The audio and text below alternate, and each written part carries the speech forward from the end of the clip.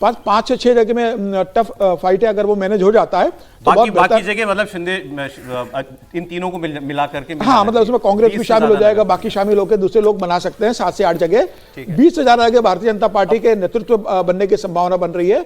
BMC के अंदर भी भारतीय जनता पार्टी के नेतृत्व एकनाथ शिंदे के साथ मिलकर वहां पर महायुति का मेयर बनने जा रहा है। ठाणे के अंदर भी, पुणे में भी बीएमसी में आपके हिसाब से बिल्कुल क्लियर है, क्लियर विक्ट्री होनी बिल्कुल। और जो पुणे म्युनिसिपल कॉर्पोरेशन जहां पे अजित पवार शरद पवार एक है, वहां भी भारतीय जनता पार्टी अपना मेयर बनाने के लिए जा रही है। तो अपसेट वहां हो सकता है, आपको लग रहा है मुंबई में इस बार? बिल्कुल नहीं, बीजेपी का मेयर बीएमसी की बात कर लेंगे। बीएमसी में अभी तक बीजेपी को लीड दिख रही है, लेकिन शिवसेना और ये दोनों जो ब्रदर्स हैं, ठाकरे ब्रदर्स साथ आए हैं, उससे थोड़ी सी स्थिति उनकी मजबूत हुई है। और पिछली बार तो 84 सीटें शिवसेना अकेले के पास भी थी, उद्धव ठाकरे के पास। तो यदि दोनों लोग मिल जाते हैं तो 50-60 सीटों पर तो वो लोग, आप फाइट मानते हैं? फाइट मानता हूं मैं, उसको इतना कमजोर तरीके से मत देखिए। और वैसे यदि वो हार गए तो फिर तो उद्धव ठाकरे साहब के लिए कुछ बचेगा ही नहीं कि शिवसेना का क्या बचना है क्या नहीं बचना। बीएमसी में उनकी ताकत है। और शिवसेना खासतौर से मुंबई में जो शाखा प्रमुख जितने भी हैं वो शिवसेना के ज्यादातर लोग उद्धव ठाकरे के साथ। 6 में से 4 सांसद हैं इधर। 6 में से 4 सांसद हैं, तो इसलिए तो इतना कमजोर नहीं है दोनों लोग मिलकर। और दोनों के आने से थोड़ा सा फर्क पड़ेगा वहां पर, भले ही वो उत्तर भारतीय उनको वोट ना दें, लेकिन मुस्लिम्स वहां पर देखिए, महाराष्ट्र में मुस्लिम जो कम्युनिटी है वो सबसे ज्यादा यहाँ पर है, मुंबई में। एक्चुअली ये और जो 10 एमएलए हैं उसमें से 8 या 9 एमएलए मुस्लिम एमएलए महाराष्ट्र में, मुंबई 40% मराठी, 40% नॉन मराठी और 20% मुस्लिम। ऐसा मोटा मोटा माना जाता है। ऐसा मोटा मोटा है। तो 40% मिल जाते उद्धव ठाकरे और एक बार पूरा करने बात। तो उसका फर्क ये है कि अब इनके पास 60% वोट हो गया एक तरह से, 40% मराठी है, 20% मुस्लिम्स। तो मराठी को पूरा उधर ही क्यों गिना? नहीं, मैं टोटल वोट कह रहा हूं कि भाई ये 60% वोट है, लेकिन ये सीक्वेंस है। तो उसमें से 20% 25% वोट ठाकरे ब्रदर्स के पास आ सकता है, तो 40% वोट हो गया करीब करीब उनके पास। तो मुसलमानों के लिए तो कांग्रेस भी खड़ी है। हाँ, तो दोनों मिलकर वो तो वहां पर बाद में तो एक साथ ही आ जाएंगे ना।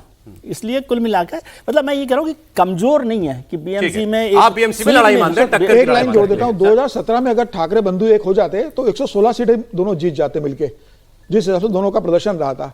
तो क्या इस बार वो स्टेज में है तो 16, तो मुझे लग रहा है उसका 50% भी वो करने की स्थिति में नहीं है। मैं दो एक बयान आपको और दिखाना चाह रहा था कि कैसे ये, क्योंकि जैसे मुंबई की बात हुई तो 20% मुसलमान मुंबई के अंदर हैं, और मुंबई में वो सेंटिमेंट भी, मराठी नॉन मराठी सेंटिमेंट तो उखाड़ना चाह रही हैं और ठाकरे उखाड़ना चाह रहे हैं। ये दूसरा वाला इधर मदद करता है। तो उसमें आप सुनिएगा 2 बयान आपको। अकबरुद्दीन ओवैसी किसी चुनाव में आजकल निकल के आते हैं बाहर, तो ये बाहर निकले हैं। सीनियर ओवैसी भी बोल रहे हैं वैसे तो, लेकिन ये जूनियर का आज था बयान, तो मैंने कहा पहले ये क्योंकि कम दिखते हैं तो इनको सुनाएं आपको। और जवाब दे रहे हैं नीतीश राणे बीजेपी के।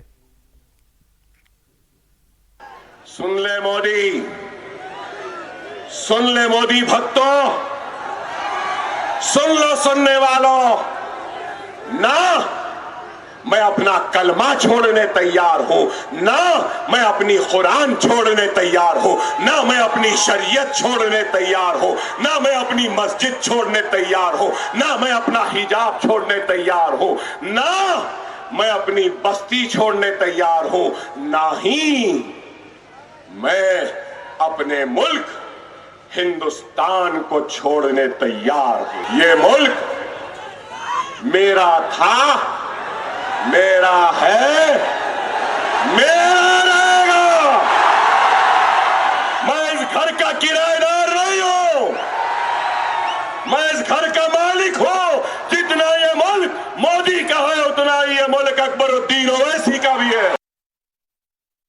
15 तारीख के बाद अगर किसी ने भी यहाँ हमारे हिंदू समाज के लोगों के साथ कुछ भी मस्ती की तो 16 तारीख को या पटाखे फोड़ने में खुद आऊंगा, ये भी इधर कह के जा रहा हूं। कोई भी आई लव मोहम्मद वाला चुन के नहीं आना चाहिए, कोई भी चुन के नहीं आना चाहिए। फिर यहाँ से दफन भूमि तक ये लोग रुकेंगे नहीं। यहाँ पे लैंड जिहाद के नाम पे, लव जिहाद के नाम पे यहाँ का हिंदू समाज को यहाँ से खत्म कैसे करना है, इस तरीके का षड्यंत्र इन लोग का शुरू हो जाएगा। उनको